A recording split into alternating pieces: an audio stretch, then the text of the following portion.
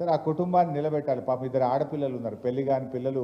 గోపీనాథ్కి ఇద్దరు ఆడపిల్లలు ఉన్నారు, కొడుకు కూడా చిన్నోడు, ఇంకా వాడు కాలేజీకి కూడా పోలేదు, చాలా చిన్న పిల్లలు ఉన్నారు. మరి 3 సార్లు జూబ్లీహిల్స్ ఎమ్మెల్యేగా ఎంతో మంచి పనులు గోపీనాథ్ గారు చేశారు. సో దురదృష్టవశాత్తు గోపి గారు చనిపోతే ఆ కుటుంబానికి అండగా ఉండాలని బీఆర్ఎస్ పార్టీ వారి సతీమణికి టికెట్ ఇచ్చారు. మరి ఈరోజు కాంగ్రెస్ నాయకులు ఏం మాట్లాడుతున్నారో మీరందరూ కూడా టీవీల్లో చూశారు. 2 నెలలు కాలేదు భర్తను కోల్పోయి, ఎంత బాధ ఉంటుంది. పిల్లల పెళ్ళిళ్ళు కాక, పిల్లవాడు చేతికి రాక, అకస్మాత్తుగా సడన్గా భర్తను కోల్పోయిన భార్యకు ఎంత దుఃఖం ఉంటుందో మనకు తెలియదా? ఆ ప్లేస్లో ఎవరమున్నా ఎంత బాధపడతాం. పిల్లలు పెద్దగా అయినరు, పెళ్ళిళ్ళు అయినాయి, జర మగపిల్లగాడు చేతికి వచ్చిందంటే వేరు.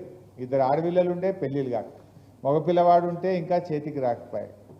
ఆమె దుఃఖంలో ఏదో కన్నీళ్లు పెట్టుకుంటే కూడా ఆ దుఃఖాన్ని కూడా కాంగ్రెస్ నాయకులు రాజకీయం చేస్తూ ఉన్నారు. ఇది మర్యాదనా? అసలు ఎవరైనా ఒక ఆడబిడ్డను ఆ రకంగా అవమానించవచ్చా? రాజకీయాలు ఉంటే ఏదన్నా మాట్లాడు. 2 నెలలు కాలే భర్తను కోల్పోయి, పిల్లలు చేతికి రాలేదు, పిల్లల పెళ్ళిళ్ళు కాలేదు, ఎంత బాధ ఉంటుంది, గుండె ఎంత బరువుగా ఉంటుంది ఆడబిడ్డకైనా. అది అనుభవించే వాళ్ళకే తెలుస్తుంది. కానీ నిన్న కొంతమంది కాంగ్రెస్ మంత్రులు తన దుఃఖాన్ని కూడా అవమానపరిచే విధంగా నానా మాటలు మాట్లాడుతూ ఉంటే ఎంత విజ్ఞత లేకుండా, విచక్షణ లేకుండా, ఎంత చిల్లర రాజకీయాలు చేస్తుండ్రో మనం కూడా అర్థం చేసుకోవచ్చు.